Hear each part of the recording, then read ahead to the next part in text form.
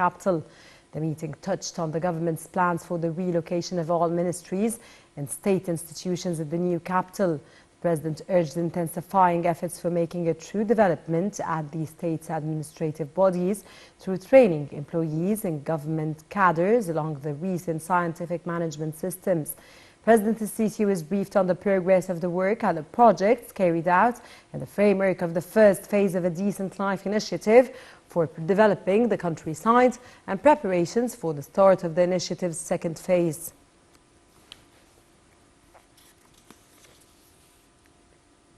President Fattah al-Sisi exchanged cables of congratulations with presidents, kings and princes of Arab and Islamic nations on the occasion marking the start of the holy month of Ramadan. President al-Sisi expressed his best wishes for the Arab and Muslim leaders, wishing them, their countries and peoples, progress, development and prosperity. The President held a phone call with Oman Sultan Haytham bin Tariq al-Said on the holy month of Ramadan, during which he presented sincere wishes of progress and prosperity for the Omani people. Meanwhile, the head of state held another call with Kuwaiti's Emir, expressing his greetings on the occasion. For his part, Al-Sabah presented wishes of peace, stability and progress to Egypt's leadership and people. President al-Sisi also sent a message of kind congratulations to the Egyptian Muslim expats abroad, wishing them success and prosperity. Sisi also received the cables of congratulations from top state-ranking officials. Meanwhile, on her social media account, Egypt's First Lady Intisar al-Sisi congratulated the Egyptian people and Islamic nation on the start of the holy month of Ramadan.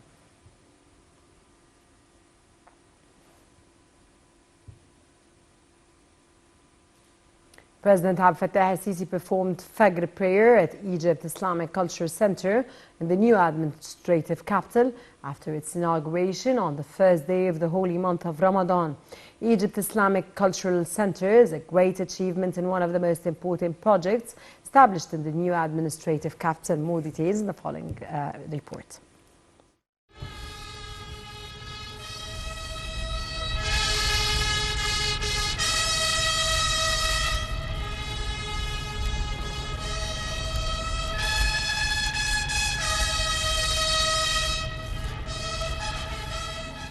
On the eve of the first day of the holy month of Ramadan, President Abdel Fattah al-Sisi inaugurated Egypt's Islamic Cultural Center in the new administrative capital early Thursday.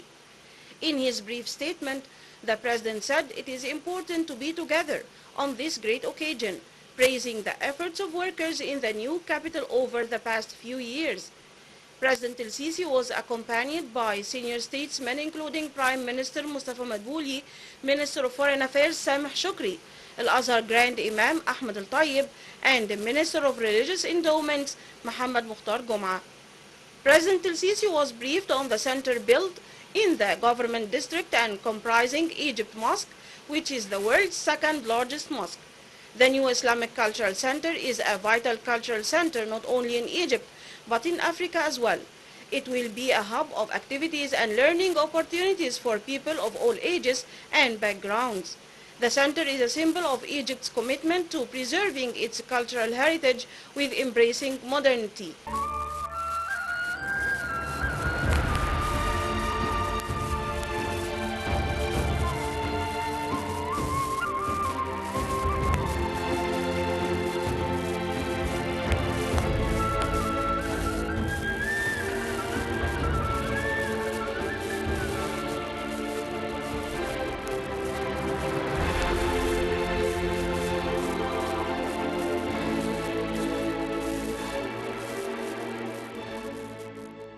The celebration was a time to recognize and honor the dedication and hard work of those involved in making the project a reality.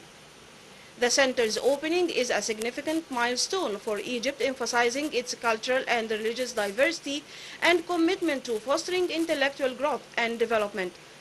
The Islamic Cultural Center in Egypt will provide an essential platform for Egyptians to learn about their religion and culture while welcoming people from all over the world to explore and appreciate their rich history and traditions. The mosque extends over an area of 19,100 square meters. It has 3 main entrances surmounted by Islamic domes and a fourth serves entrance.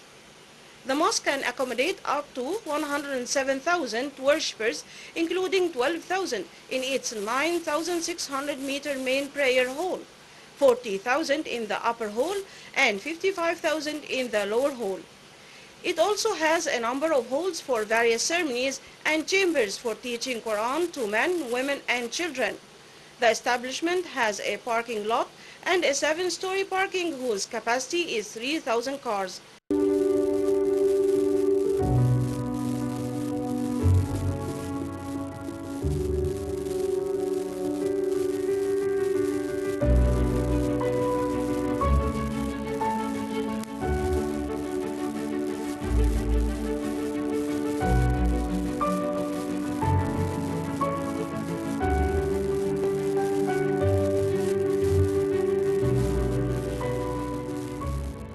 Ahead of the inauguration, the president had the suhoor with workers in the capital according to a statement by the presidential spokesperson Ahmed Fahmi.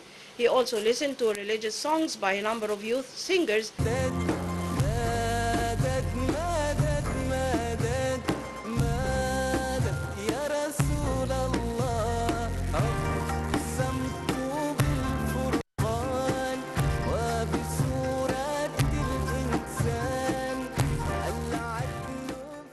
Moreover, President El-Sisi also thanked the participants, workers, singers, and musicians, praising efforts exerted by workers of the administrative capital.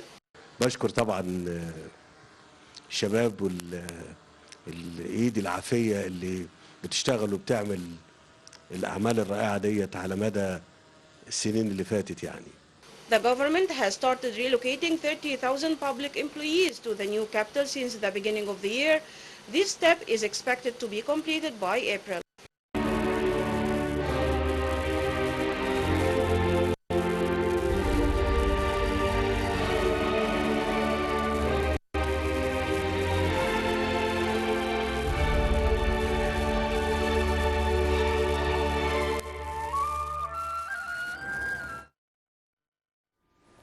Prime Minister Mustafa Madbouli held a meeting with a French delegation in the new administrative capital on Thursday. During the meeting, Madbouli stressed that the main axis of the state's efforts was focusing on building the Egyptian human being in the last 8 years. The Premier added that the urban area in Egypt now it exceeds 12% from the total surface area of Egypt after being under the limit of 7% in the past. He also highlighted the huge projects implemented to develop basic infrastructure networks. Moreover, President Abdel Fattah el-Sisi launched the Decent Life initiative to develop Egyptian countryside that represents 55% of the total population. The meeting included France's former defense minister, member of a French Senate, in addition to a number of French journalists, writers, and activists in the field of women affairs and alternative energy.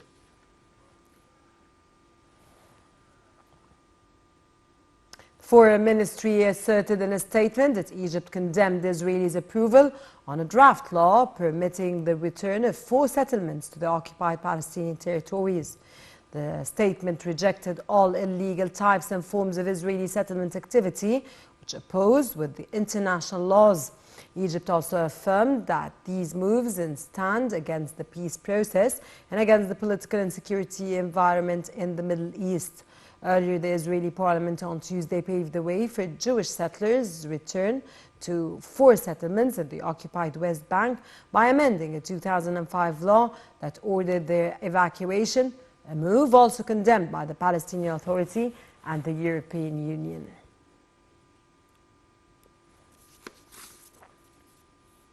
Israeli occupation forces killed a Palestinian man during a raid in the occupied West Bank's northern city of Tulkarm on Thursday. The Palestinian Health Ministry said 25-year-old Emir Abu Khadij was shot in the head. Thus, the number of Palestinians killed by the occupation forces in the West Bank